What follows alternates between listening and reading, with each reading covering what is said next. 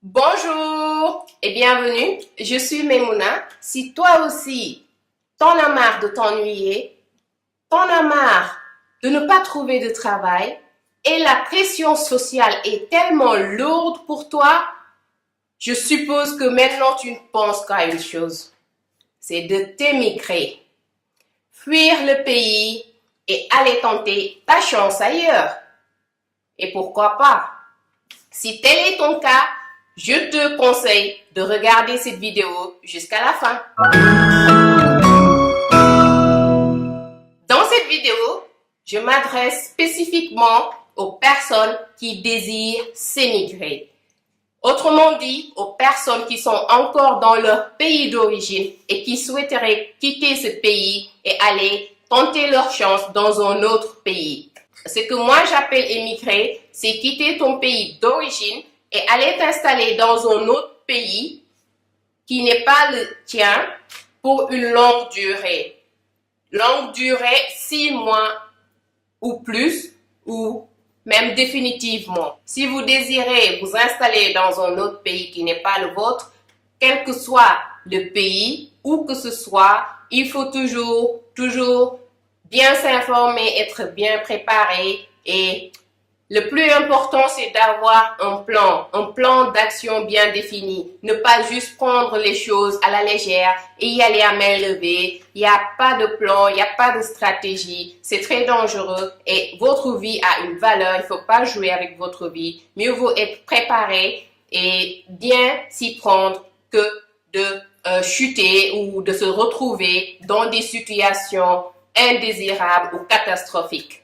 L'importance du plan, c'est que le plan, si vous l'avez fait et que vous l'avez bien défini, c'est mieux de l'écrire parce que comme ça, au moins, vous êtes sûr que vous n'allez pas oublier certaines étapes. C'est que si une fois que vous l'avez et que vous avez lancé la procédure pour quitter le pays, pour aller émigrer dans un autre pays, c'est pas toujours que les choses vont se passer comme vous le désirez. Il y a toujours des imprévus. Et si vous avez un plan et que les choses ne se passent pas exactement comme prévu ou que vous avez carrément perdu vos repères par rapport à ce que vous vouliez faire, le plan sera là. Vous pouvez toujours retourner au plan. Il sera là pour vous guider. Il sera là pour vous orienter et vous remettre sur pied pour avancer et bien avancer. Maintenant, je vais vous parler de 5 points très important qu'il faut surtout prendre en considération si vous vous apprêtez à quitter votre pays d'origine. C'est des points très importants, ils vont vous aider à bien préparer votre voyage. Le premier point, c'est de s'informer. Informez-vous sur la destination. Trouvez des informations concernant le pays de destination. Le maximum d'informations vous sera utile. Informez-vous sur les habitants, informez-vous sur le patrimoine, informez-vous sur la culture, informez-vous sur le mode de vie qui vous attend là-bas, informez-vous sur la religion qui est pratiquée là-bas, informez-vous sur l'état économique du pays, informez-vous sur tout ce qui est nécessaire à savoir pour bien vivre dans un pays. Comment s'informer? Je pense que c'est pas l'information qui manque de nos jours, franchement. Vous pouvez facilement vous informer sur le pays de destination juste en allant sur Internet. Allez sur le net, allez sur Google, tapez le nom de la destination et vous allez voir des pages et des pages d'informations vont sortir. Tout ce que vous voulez savoir, il suffit juste d'être un peu plus spécifique. Et l'information, vous l'aurez. Il y a Google, il y a Internet en général, il y a les réseaux sociaux, il y a YouTube. Franchement, l'information est là. Les infos sont là. Il y a même des livres, des magazines où vous pouvez trouver de l'information. C'est pas difficile de s'informer. Il suffit de le vouloir. Une deuxième méthode de bien s'informer, c'est de regarder, essayer de savoir si vous avez de la connaissance dans le pays où vous voulez aller, de la connaissance de la famille, des amis, quelqu'un qui peut vous parler, quelqu'un à qui vous avez accès pour lui poser certaines questions. Et posez-lui les bonnes questions. Posez-lui les bonnes questions à savoir comment se passe la vie là-bas, pour les étrangers? Est-ce que les étrangers sont dans de bonnes conditions? Est-ce que les étrangers sont les bienvenus? Ça, c'est très important à vérifier aussi. Et est-ce que les étrangers ont de la facilité à trouver du travail? Comment vivent les étrangers? C'est ça qui doit t'intéresser le plus parce que tu feras partie de ce lot d'étrangers-là. Donc, pose les bonnes questions et une petite remarque. Il faut juste pas poser les bonnes questions à une personne. Assure-toi au minimum que tu as 3 ou 4 personnes différentes et tu leur poses les mêmes questions juste pour être sûr et compare les réponses que tu vas recevoir parce que il faut comprendre qu'il y a des immigrés, c'est-à-dire des étrangers comme toi et moi qui sont dans ces pays-là et qui vivent dans des conditions vraiment c'est pas les meilleures et ils veulent pas que les gens sachent dans quelles conditions ils sont en train de vivre. Ils veulent avoir une bonne face, donc ils vont te raconter des bobards juste pour te faire croire que tout se passe bien là-bas et que tout se passe bien pour eux. Et si par malheur, ils savent pas pourquoi tu poses les questions, ils vont pas te donner la bonne information. Et si tu les crois sur parole, tu risques de tomber dans le panneau et d'aller retrouver les mêmes situations qu'eux et d'être dans le même piège qu'eux-mêmes. Il faut éviter. Prenez plusieurs personnes, posez-leur la même question ou les mêmes questions et comparez les réponses. S'il y en a un qui dit que tout est magnifique, que tout est parfait, et l'autre qui dit qu'il y a des hauts et des bas, compare les questions et fais le pour et le contre. Il ne faut pas juste croire ce qu'on te raconte sur parole parce que vivre dans un pays qui n'est pas le tien, je t'assure que c'est pas simple, c'est très dur, c'est très difficile et c'est rempli de challenges.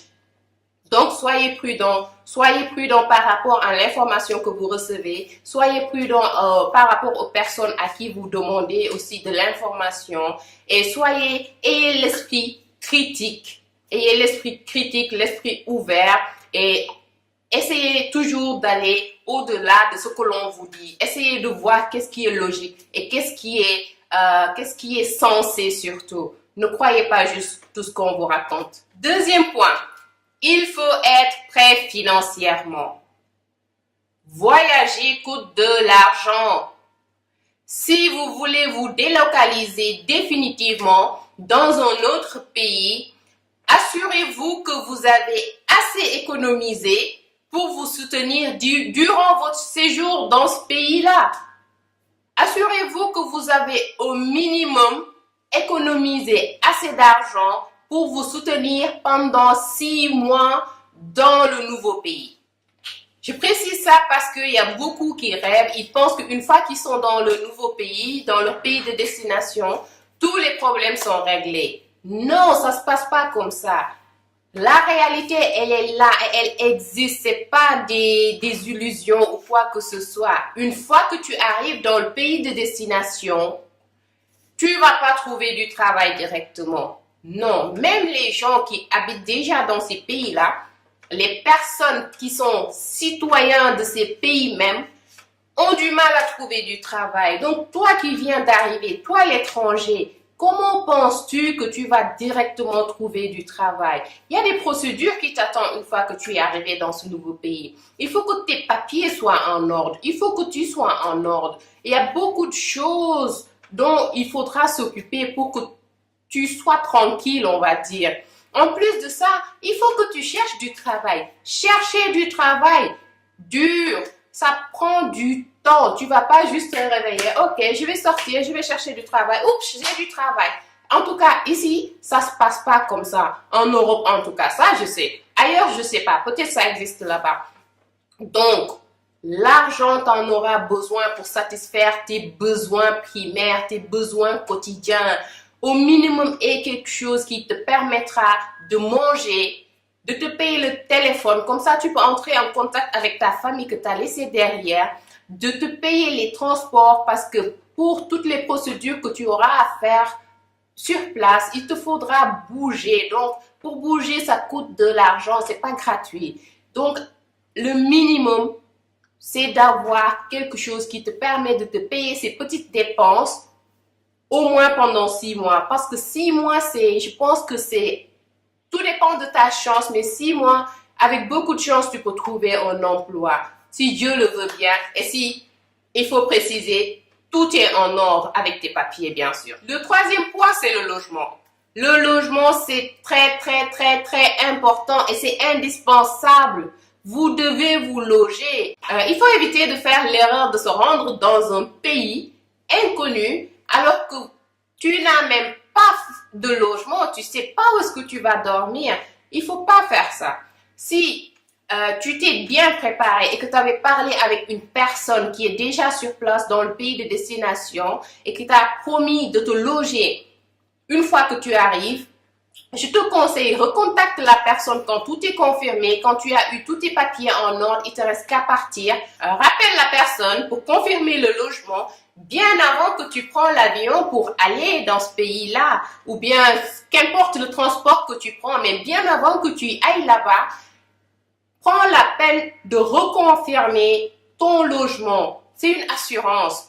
Si vous n'avez personne pour vous accueillir, réservez une chambre d'hôtel. Au moins pour la première semaine. Assurez-vous que votre réservation d'hôtel ou, je sais pas, auberge ou qu'est-ce que vous voulez, mais réservez quelque chose pour vous loger dès votre arrivée et mettre vos affaires à l'abri, vous mettre à l'abri. C'est très important, c'est pour votre bien-être. J'ai déjà vu des immigrés, ils sont déjà là, ils sont arrivés sur le territoire, je les ai rencontrés, mais c'était un grand groupe, hein, c'était vraiment un grand groupe, à la gare, et ils étaient là en masse, ils allaient dormir à la gare, et ils n'avaient pratiquement pas d'affaires avec eux, et tu voyais que ça fait un certain temps qu'ils sont là, qu'ils n'ont pas où aller, ou comment s'en sortir, et ça c'est dû au manque de préparation. Ils ont juste pris leurs affaires, ils se sont mis en route alors qu'ils se sont pas bien préparés. Il faut éviter de tomber dans ces situations comme ça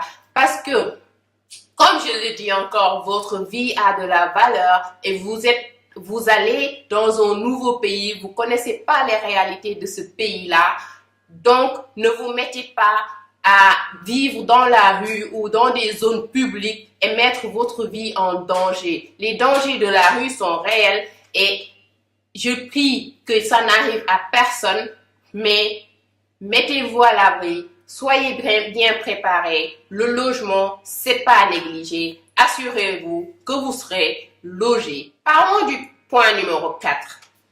Le quatrième point est très, très, très, très important et c'est incontournable. C'est l'obtention du visa légal. Yeah. Je dis bien légal parce qu'il y a des visas, Le visa est incontournable. Vous avez besoin d'un visa pour entrer dans un pays. C'est votre clé pour ouvrir la porte. Sans la clé, vous ne pouvez pas ouvrir la porte. Donc, si tu as pris ta décision et que tu es sûr que tu veux aller dans ce pays, tu es décidé, tu es prêt, pose-toi la question, ai-je besoin d'un visa? Si tu n'as pas besoin d'un visa, tant mieux, c'est plus simple. Tout ce dont tu as besoin, c'est de t'assurer que les 3 points précédents sont bien en ordre et que tu es bien préparé. Et le reste, c'est juste prendre ses affaires et partir. Mais si tu as besoin d'un visa, il faut aller faire la demande de visa.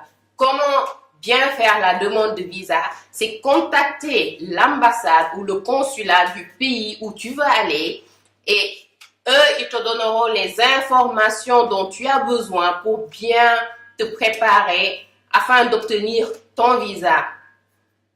Et ton visa, tu peux l'obtenir qu'à travers cette ambassade, nulle part ailleurs. Tu peux pas avoir un visa, tu peux pas sortir, aller à la boutique acheter un visa, ça se passe pas comme ça. Tu peux pas commander un visa, personne ne peut venir te dire, ok, voici ton visa. Non, non, non, non, non, non, non. L'ambassade te fait le visa. Et un rappel, de nos jours, actuellement, je veux dire, les visas sont biométriques. C'est-à-dire, les visas, ils le donnent juste si la personne est présente dans l'ambassade. Parce qu'ils ont besoin de ta présence pour prendre tes empreintes digitales, pour prendre ta photo digitale. Eux-mêmes, ils prennent ta photo Donc, obligatoirement, tu dois être là-bas parce que tout ça, c'est enregistré dans le système. Si tu n'es pas sur place, ce sera rejeté d'office. Tu n'auras pas le visa. Donc, si quelqu'un vient et te dit, ou une personne, ou une agence, parce que je pense que ça existe, des personnes qui te promettent de t'obtenir un visa pour un pays X, des pays vraiment où c'est impossible donc d'y aller sans visa. Ils te promettent l'obtention du visa, un visa pour entrer dans un pays X contre une grosse somme. Déjà, je peux te dire, cette personne ou cette agence, c'est des arnaqueurs. Alors, il faut pas les croire. Un visa ne coûte pas cher. Un visa ne coûte pas du tout cher.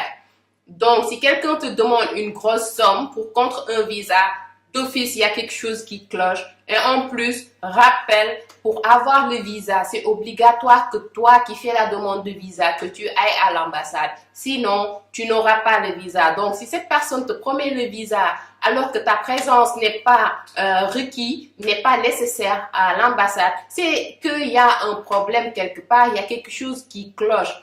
Il y a quelque chose qui cloche. Il faut toujours être critique, garder l'esprit critique, éviter les arnaqueurs parce qu'ils sont là. Ils ont besoin des gens naïfs pour prendre leur argent. Et c'est comme ça, c'est leur vie, c'est leur travail, arnaquer les gens pour survivre.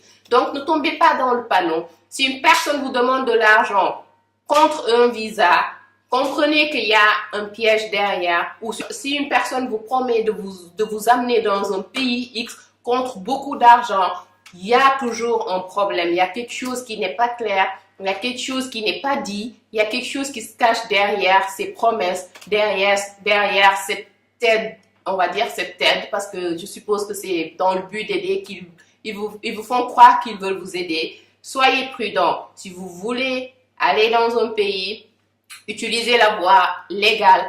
Elle est plus simple, elle coûte moins cher et tout est question de chance. Honnêtement, tout est question de chance. Si vous avez la chance et que votre visa est accordé, tant mieux.